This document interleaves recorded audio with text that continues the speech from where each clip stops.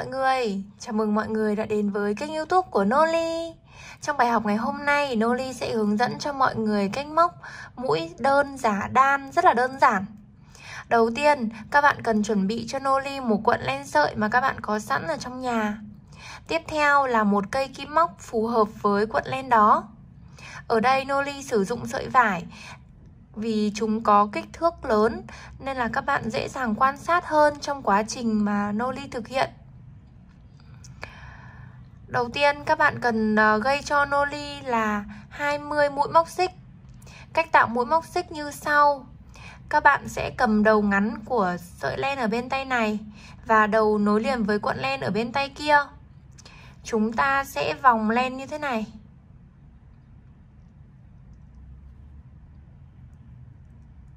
Đầu ngắn này các bạn để ở đây. Sau đó thì các bạn lấy len cầm tại điểm tiếp giáp. Chúng ta đâm kim vào vòng tròn. Lấy len lên. Như vậy là các bạn đã tạo được một nút thắt đầu tiên. Mũi này chưa được gọi là mũi móc xích. Bây giờ các bạn sẽ lên cho mình là 20 mũi móc xích.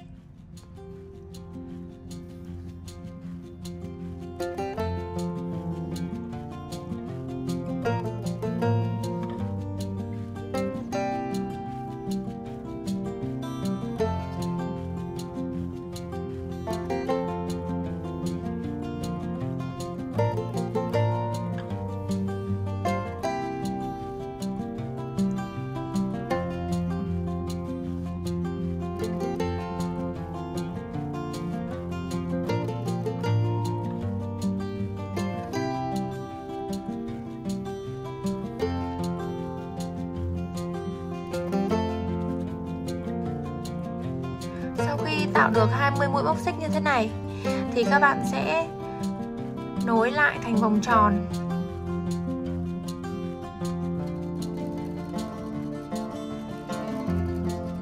Chúng ta sẽ trượt mũi.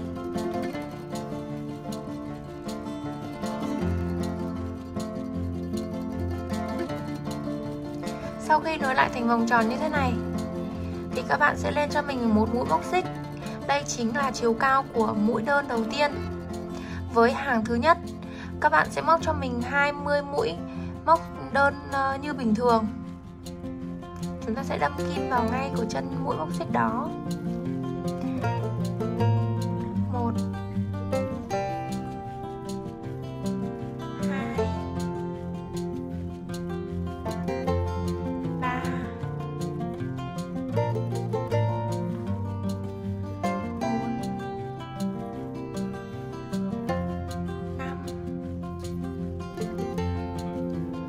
6 7 8 9 10 11 12 13 14 15 16 17 18 19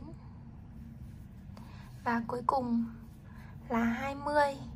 Sau khi móc xong 20 mũi đơn, chúng ta sẽ trượt mũi và lên một mũi móc xích. Ở hàng thứ hai này, các bạn bắt đầu thực hiện hàng mũi đơn giả đan đầu tiên. Các bạn sẽ chú ý quan sát. Bình thường chúng ta sẽ móc vào các cạnh của chân mũi như thế này. Nhưng với mũi giả đan thì chúng ta sẽ móc vào giữa của mũi đơn bên dưới. Đây, các bạn để ý này, mỗi một mũi đơn thì nó được là một chữ V. Các bạn sẽ móc vào giữa các cái mũi đơn này.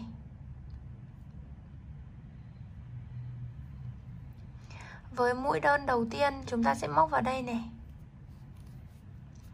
Các bạn lấy len lên, đi qua, tiếp tục móc vào giữa của mũi đơn bên cạnh, tiếp tục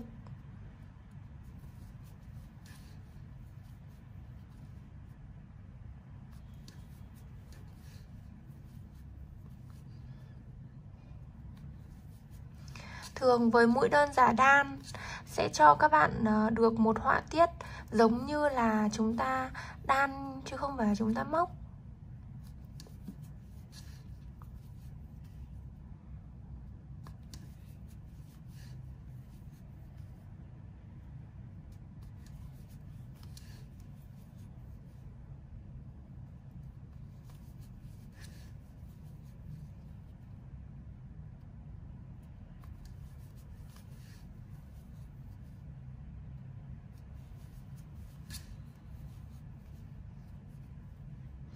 Đây các bạn có thể thấy là đuôi của mũi móc bên trên chính là đầu của mũi móc bên dưới. Khi mà móc họa tiết giả đan như thế này thì các bạn có thể thấy là các mũi móc nó sẽ rất là khít nhau, không bị hở ra khi chúng ta móc các cái sợi len to.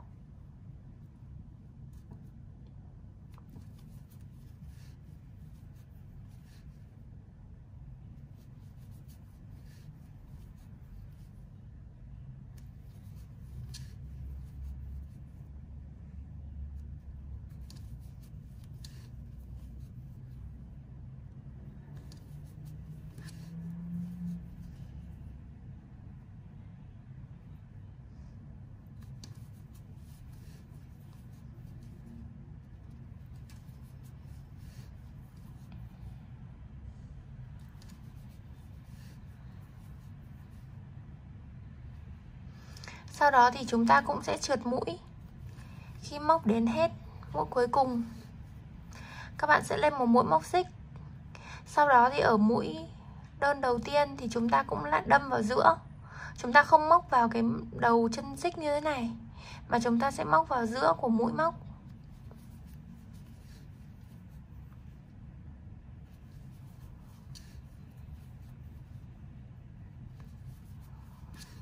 Họa tiết mũi giả đan thì thường hay được sử dụng khi mà các bạn sẽ móc giỏ này, móc túi đựng điện thoại, hoặc là móc khăn mà chúng ta sử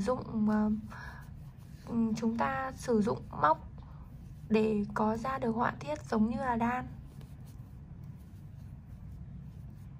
Đây các bạn có thể thấy là chúng ta sẽ ra được một cái họa tiết đan nó thẳng lên như thế này. Nó khác hoàn toàn với khi chúng ta móc mũi đơn bình thường.